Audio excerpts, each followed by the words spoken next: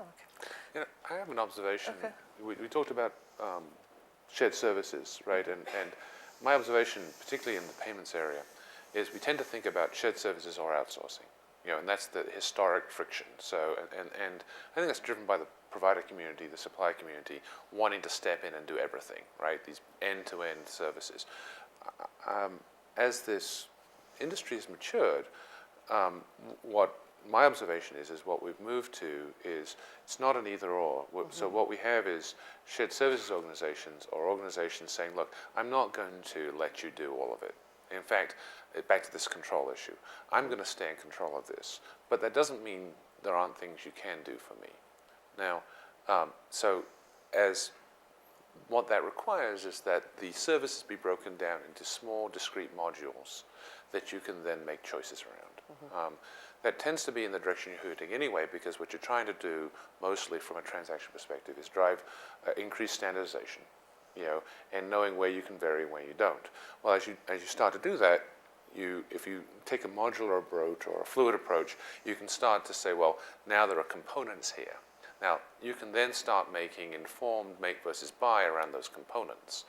Many organizations feel that they can get some assistance with components, but they feel fundamentally uncomfortable with the broader loss of control and this and the disruption of taking everything out.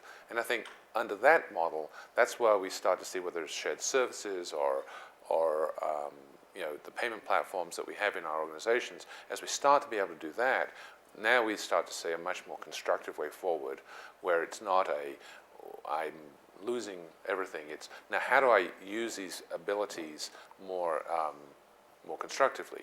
Now, as you move down that path, you are going to get tremendous pushback from the provider community who want to aggregate that and want to grab control. And I think, you know, and they're going to use a great deal of all that political power to try and make the case for that.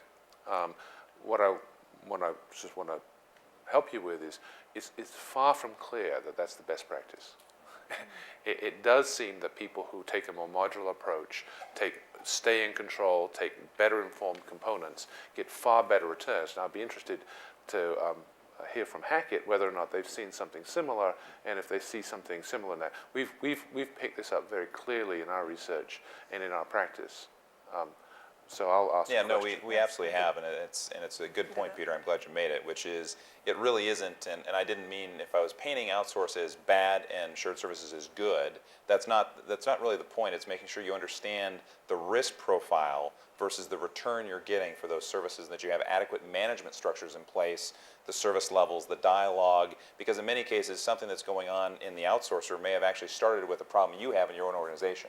You're not getting in the data, your process isn't set up to support it, you're making I think as some of the data showed, too many requests for off-cycle payments, you know, whatever it may be that you have control over, but it's driving cost and quality problems in your service provider.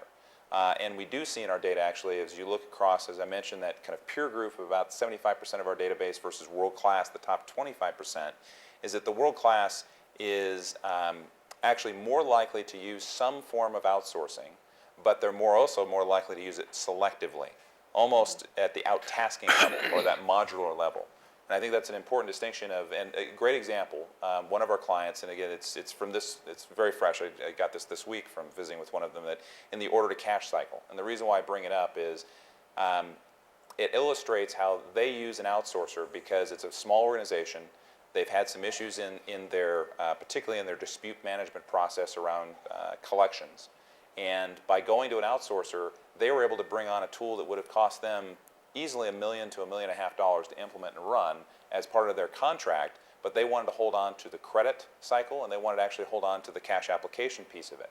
So they kind of cut a slice out of it that said, I can't make this investment, but I know it's the right thing for the business, so I'm going to package these particular pieces of the process, hand that off to an outsourcer and have them they've already made the investment for that tool set and have them run that. And they've found huge returns in a 6-month time frame from going to that outsource model.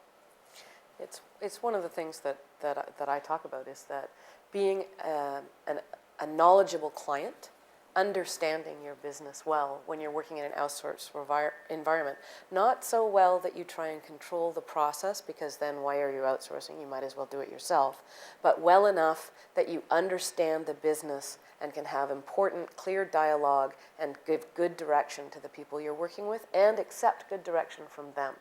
I think one of the challenges that happens in outsourcing is that people sort of throw the baby out with the bathwater. And then they've lost that knowledge base that allows them to manage the outsourcing relationship in a really effective way. And that's that slicing it down. We kept key pieces of the accounting process around our payroll so that we were able to ensure that we knew exactly what was going on when in an outsourced environment. Critically important in any payroll, triply critically important in a public sector payroll.